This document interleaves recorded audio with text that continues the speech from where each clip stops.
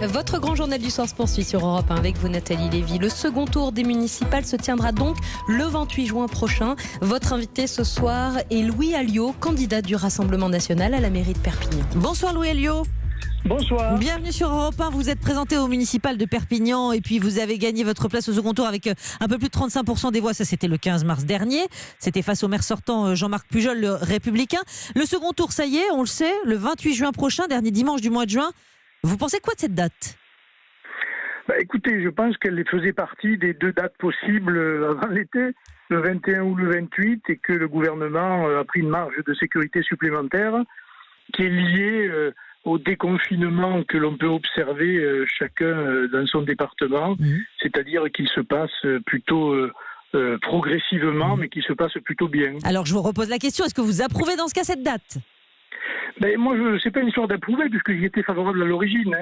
J'ai voté la loi en tant que parlementaire qui a fixé le timing, et je pensais bien qu'on ne pouvait pas laisser comme cela un premier tour se réaliser avec un hypothétique second tour après l'été, et encore moins, pour tout vous dire, une hypothétique réélection, c'est-à-dire refaire les deux tours, que je trouvais parfaitement injuste et même anticonstitutionnel. Mais est-ce que c'est bon pour la démocratie, ce second tour-là, comme ça, finalement assez rapproché ?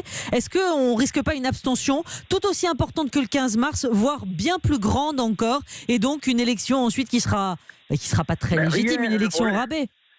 Oui, mais rien ne garantit qu'au mois de septembre ou d'octobre, nous ne soyons pas dans les mêmes dispositions s'il y avait un rebond de l'épidémie. Et au mois de mars de l'année prochaine non plus. Il n'y a pas de certitude. Le travail maintenant des politiques, des candidats, et j'allais dire du monde médiatique, c'est aussi d'aller inciter les électeurs à se déplacer. Alors comment vous allez faire, justement ? Comment vous allez faire campagne, vous ? Tenir un meeting ?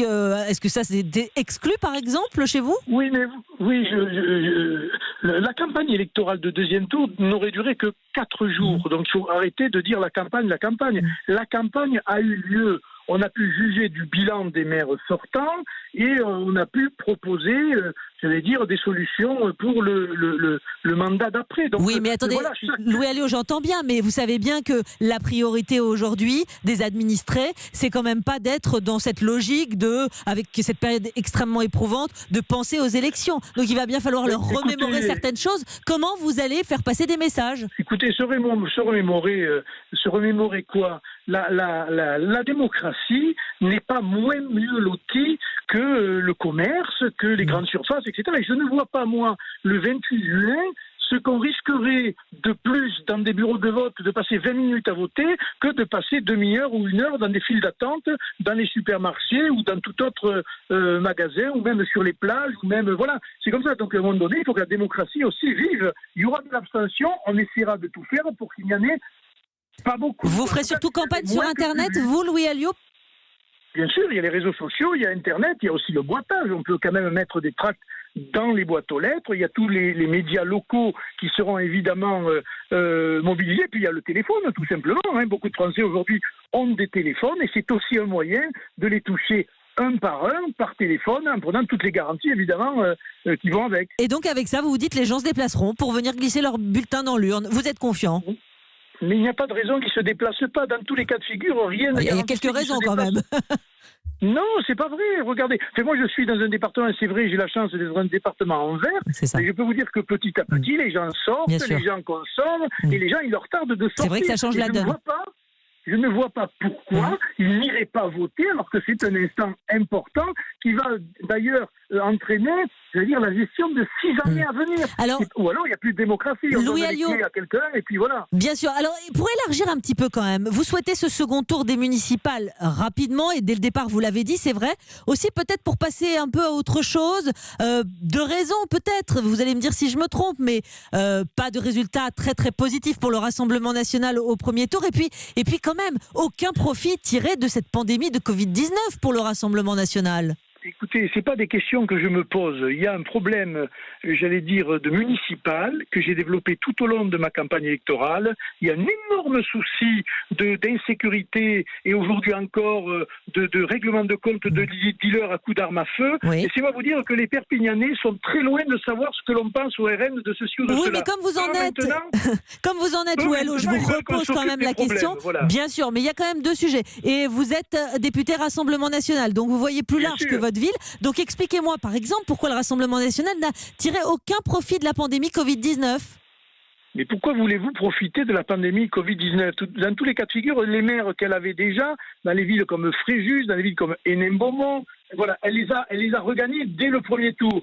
Mon ami Robert Ménard à Béziers a gagné avec 67%. Voilà, donc je veux dire, voilà, les bilans sont bons. Eh bien, il y a des villes aujourd'hui, je crois qu'on aura 130 au second tour avec une présence de liste RN. Voilà, les enjeux sont là. On verra bien ce que donne ce second tour. Mais je pense qu'il fallait réellement, pour des problèmes d'ailleurs pas seulement politiques, mais juridiques et constitutionnels, il fallait, comme on dit en droit, purger ce second tour, parce que sinon ça allait, j'allais dire, poser d'énormes problèmes juridiques et démocratiques. Marine Le Pen, Louis Alliot, elle est en dents de scie dans les sondages depuis le début de l'épisode sanitaire, début avril.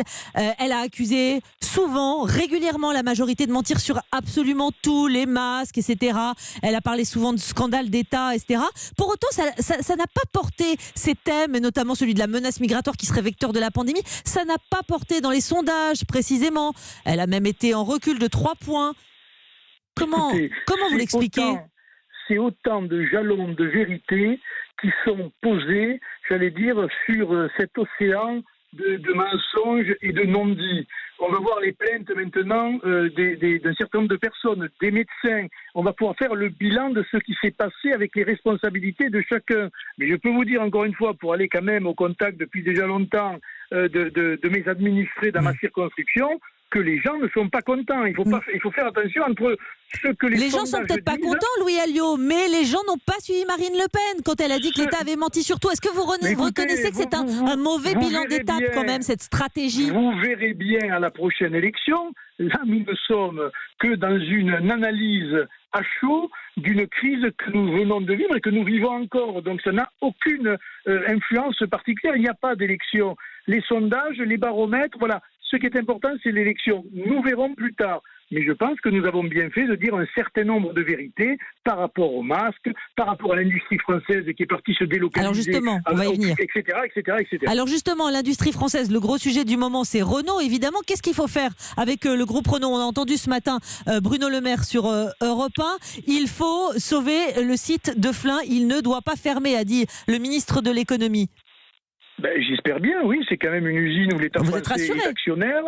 C'est le fleuron de l'industrie automobile français et l'État doit tout faire, non seulement pour préserver cette usine-là, mais d'autres usines et l'emploi. Donc l'engagement de l'État est là, vous êtes rassuré ?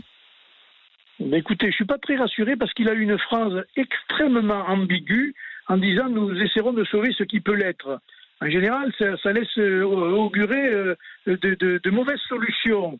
Donc j'espère que ce gouvernement prendra la décision qui s'impose parce que le peuple français attend un certain nombre de relocalisations et d'aides au développement de l'emploi sur le territoire français et européen. Un mot encore, il y a le Ségur de la santé qui commence lundi après-midi. C'est très important évidemment de revaloriser le personnel soignant en première ligne dans cette guerre contre le coronavirus. Nicole Notat, ancienne dirigeante de la CFDT, a été hier nommée pour le coordonner. Vous avez confiance en elle pour mener ce projet ambitieux ?